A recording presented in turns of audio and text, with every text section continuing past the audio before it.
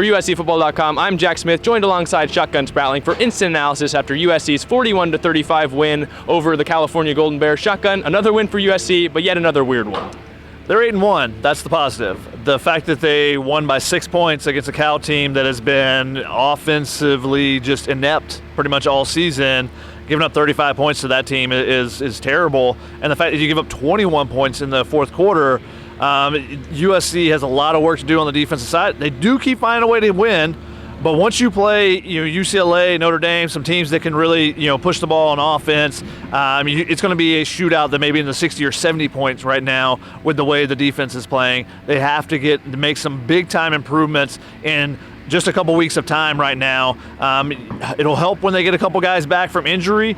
But right now, it's not a couple players being out that is the cause of their issues right now. They're not tackling well enough, they're not covering well enough, and they're not making enough plays. It's supposed to be an explosive defense, and once again, only one takeaway and only a few sacks. So they've got to be able to get those explosive plays, or else this defense isn't going to be able to produce what it's supposed to do, getting the ball back to the offense. And when Cal steals a possession with poor special teams play on USC's side, then suddenly it becomes a very tight ball game, even though USC's defense played really well in the first half.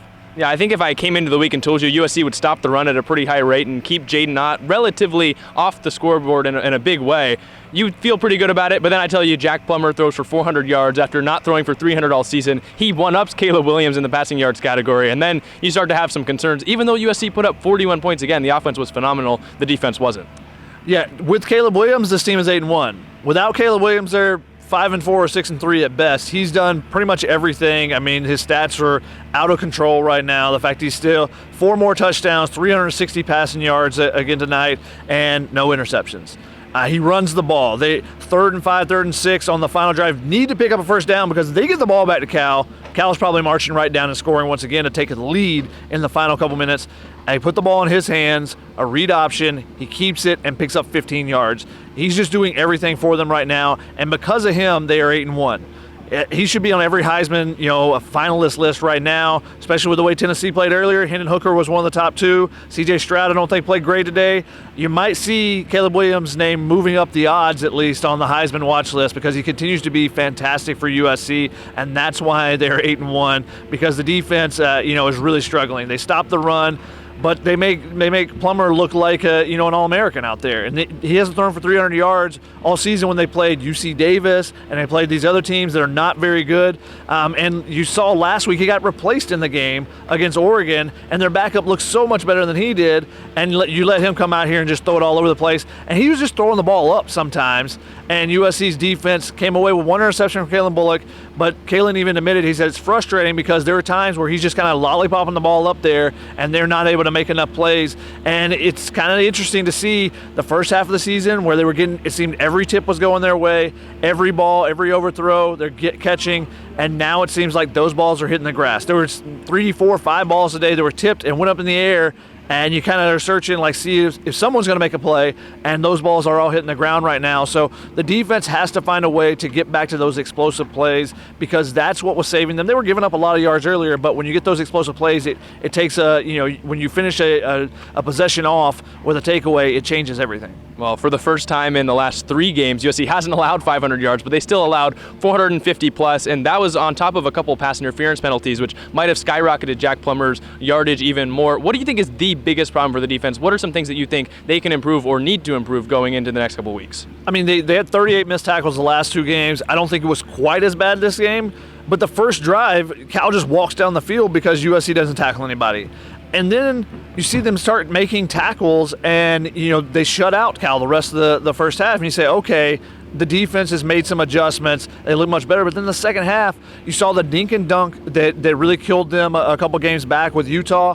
That, once again, they're just not covering well enough in their zone coverages. They're not coming up and hit. And I asked Kalen Bullock about it because he's in the back end. He kind of sees everything in front of him. Said, what's going on? Why are you guys, in those zone coverages not able to stop those, those quick game, which is stopping the pass rush from having a chance to get there. I mean, Thule was a couple sacks early, Tyrone Taleni with a sack, and they were getting pressure early, but then when Cal went to their quick game, that's when they had so much success in the second half, and I think that's the game plan that I would follow if I as an opponent on USC schedule coming up, is make them stop you with a quick game before you do anything else. And right now they're not covering well enough. I mean, Cal had a couple nice catches, once again similar to last week where Arizona had a couple nice catches, but a couple nice catches will happen. The wide open catches over and over and over as they methodically move down the field. When you give up 3 consecutive third down conversions after the onside kick, that means 3 chances to get off the field. All right, you gave up the onside kick. How do you turn back the momentum? And USC's defense is not doing that right now. Yeah, it seems like kind of when we were coming into the year, the biggest concern was the rush defense. The last 3 games, you could argue that the 3 quarterbacks they played against had their best games of the season, all against USC, including today with Jack Plummer. Let's move over to the offense a little bit because, again, they're still fantastic. It's still a win for USC. The offense puts up 41 points. Yet again, they're moving past the 40-point mark. A big part of that was Caleb Williams. Another big part, 2 wide receivers, Taj Washington and Michael Jackson III. What did you see from them today? Taj Washington's second 100-yard game in a row, and Michael Jackson getting his first 100-yard game, and then adding on another 30, 40 yards with once again using the reverse with Michael Jackson. Should have probably followed the Caleb Williams block on that one. I know they were discussing it after the play, but Michael Jackson is showing what we've seen from him on our side since his high school days. Just seeing him in 7-on-7 and seeing how explosive he can be, and just taking a quick screen. Makes one guy miss and suddenly shows the speed and gets down. I think it was a 59-yard touchdown on that one.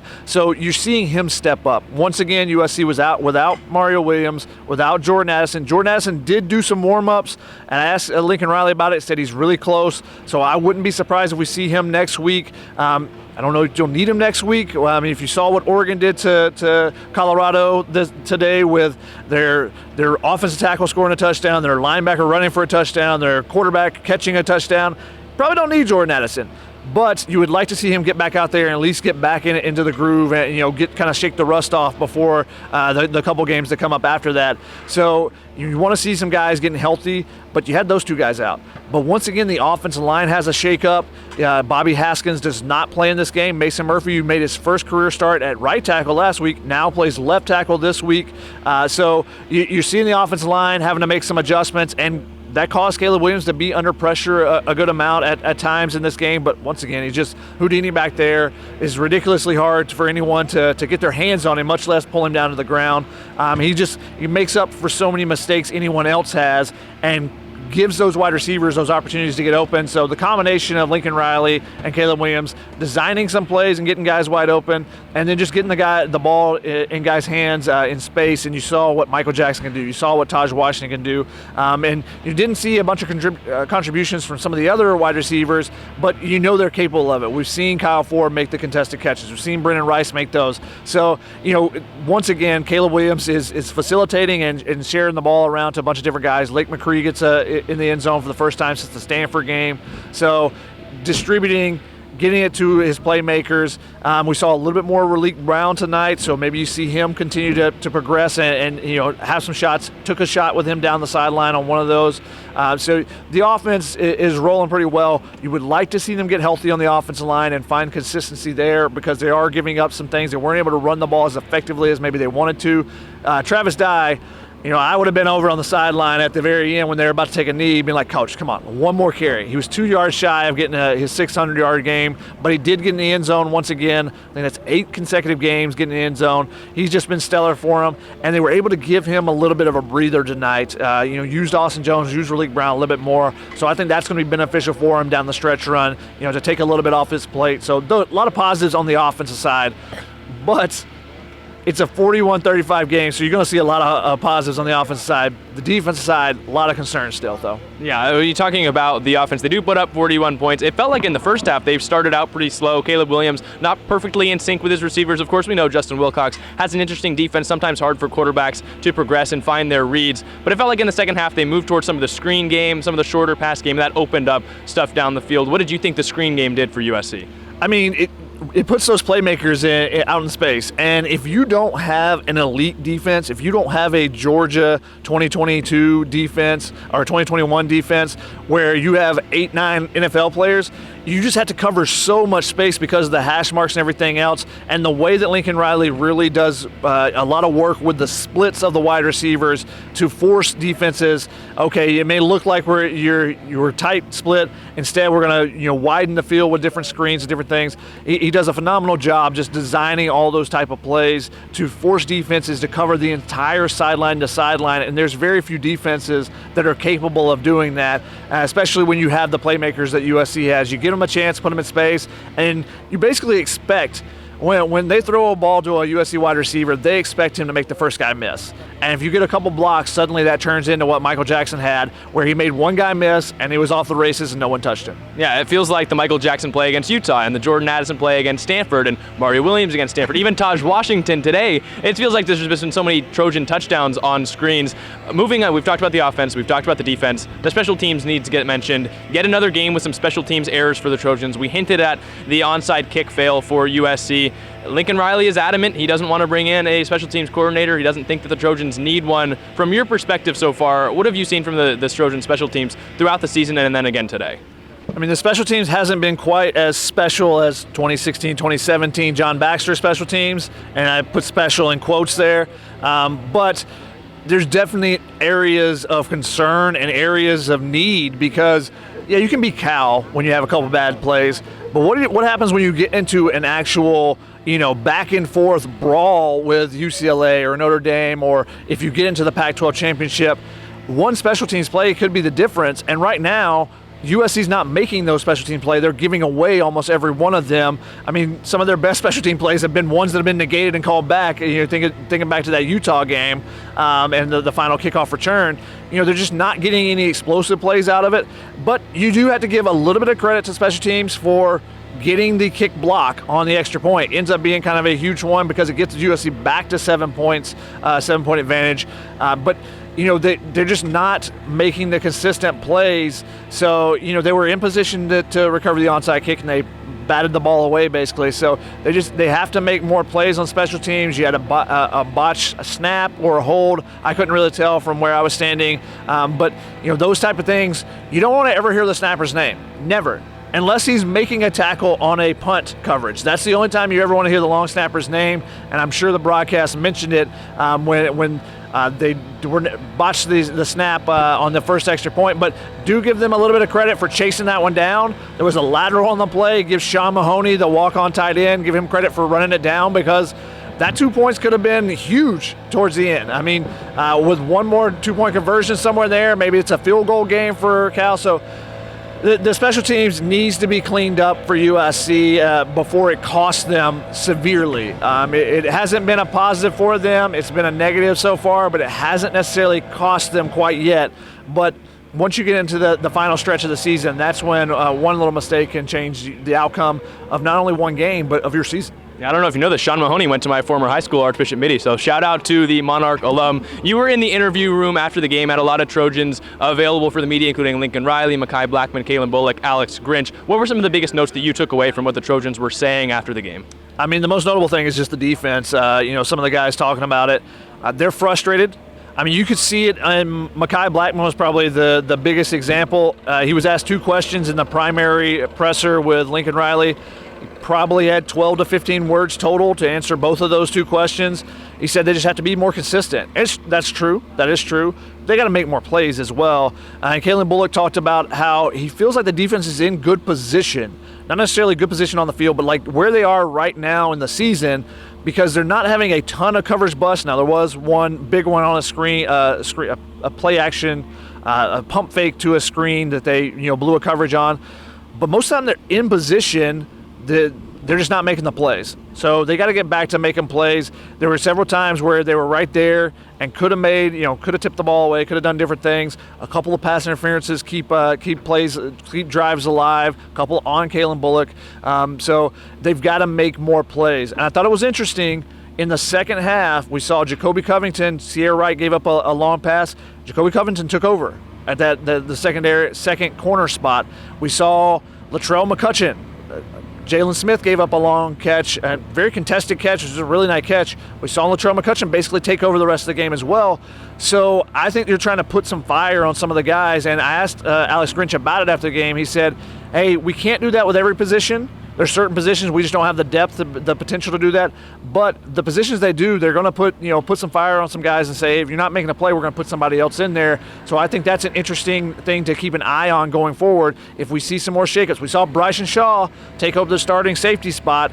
Max Williams did not start the game. Came in as the dime back, so they basically flipped their roles from last week, and they played a ton of dime, but that means that Bryson Shaw has moved in front of Max Williams as far as on their base nickel packages. So you're seeing a little bit of shakeup, and we'll see when, if you can get the linebackers back. They had 3 linebackers out this game. Eric Gentry, Waylon Goforth, and also Chris Thompson, who could be an interesting piece that they could use in a dime package, as well as Rajon Davis, who we haven't seen all season, which we would like to, at least give a sample of it because, everyone else is not making enough plays either.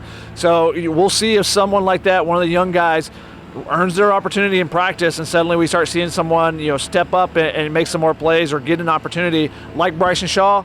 Got his opportunity last week, made a couple plays, and was in the starting lineup this week. So it shows that the coaching staff is not afraid to make some changes, but we'll see what changes can be made. They can't overhaul the defense at this point in the season. Grinch said, we had 11 months to get ready for the season. Or to get to this point, we can't go and make changes in 5 days before they play Colorado, some vast overhaul. So they've got to they've got to clean up the technique. They've got to clean up the small issues that they've had from tackling to coverage, those things. So it'll be interesting. They should dominate Colorado next week. They don't have an offense or defense or a special teams or a head coach or anything. So it should be a blowout, and if it is not a blowout by halftime, there should be some major concerns with where USC is at going forward in the season, because it feels like they've regressed a little bit the last couple of weeks. So next week is a great opportunity to get right. It's a great get-right game. We'll see if they can do that. It's going to take a good week of practice to get them in the right position to be able to do that, though. Yeah, I feel like USC has improved some things from the past regimes, but one thing that's kind of stuck over from this year is those games you expect to be blowouts or games that you expect USC to run away with. They haven't really been able to this season. Do you feel confident that they can do that against Colorado when they weren't able to do it against Cal today, or Arizona, Fresno State, Washington State earlier in the year? Yeah, I think they can, because I think Colorado is that bad. I mean, they're an FCS level team right now. They just don't have any talent. And so USC should be able to run away. And that's the biggest difference from the USC teams of the past, is one was the killer instinct under Pete Carroll, but was also the talent disparity that they had, where even if they weren't playing well, they just had so much talent that they could, just beat guys with, hey, throw it out in space and let a guy go make a play. And right now, they have a lot of talent, especially on the offensive side, but not enough talent on the defensive side to where you can sustain an injury or two and still be okay. And I think that's the biggest difference between this team and the great USC teams of the past. And that's what Lincoln Riley will eventually get this program to. But they don't have that right now. But again, they're 8-1. It's the first year. If anyone before the season would have said 8-1, they would have been super excited about it. It's just disappointing with the potential that this team has. And when you see some of the results around the country today, and USC is going to move up a little bit in the college football playoff rankings, and USC fans start dreaming and wishing and hoping on the college football playoff. But if they were to play a college football playoff worthy team, and with the defense that they showed tonight, they would get run off the field. So, they've got a lot of stuff to clean up to get there, but they're in a great position to continue to improve, but they've got to make those improvements in a little bit of time, in a short window right now. Yeah, and the offense has been so fantastic. Lincoln Riley has really revitalized the program. Caleb Williams, maybe the Heisman frontrunner. It feels like that should be the story, but somehow every week there's some things to pick on for the defense, where it's a 41-35 win, and it feels like you want to talk about how great the offense is, but every week just feels like there's something you have to nitpick for the defense. Do you have any last thoughts from this instant analysis, things that you noticed today? With wins, when the rankings that you get become great expectations. People start thinking the world of their team, whether it be USC or any other team out there. You put up a great win-loss record, and people expect you to go out and perform in all 3 facets, and that's not who this team is right now. But can they be the defense that they were earlier in the season, where they cause enough havoc that it makes you overlook the fact that they're giving up a lot of yards. Can you be bend but don't break? They're breaking way too often in the last few games, so they've got some stuff to clean up. It's all about the defense right now because we know what this team is capable of, especially on the offensive side. When you see number 13 with the ball in his hands, you think something magical could happen on each and every snap. Like, you don't want to turn away when he has the ball in his hands, whether it's a double spin move to get away from, avoid multiple sacks, or it's him running the ball, taking it on the final third down play for USC and picking up 15 yards to lock up this victory. Yeah, it feels like there's a lot of things USC fans should be happy about. A win against Cal, it's still a win, 8-1. You had teams above USC losing, like Clemson, Tennessee, and even Alabama losing, so they could possibly move up in the CFP rankings. They get Colorado next week, like Shotgun mentioned. Should be a get-right game for USC. Any final thoughts before we wrap it up?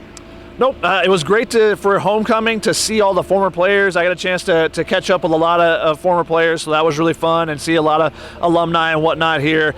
So that was really fun. It was a great atmosphere again tonight. The marketing and all of them, they do a great job of the lights out intro and all that stuff. So don't want to take anything away from them. It was a really fun night in that regard, but you would like to see a little bit better performance in the second half so that some of the older fans that went to bed early, when they wake up, they're not going, why was this a close game? What happened here?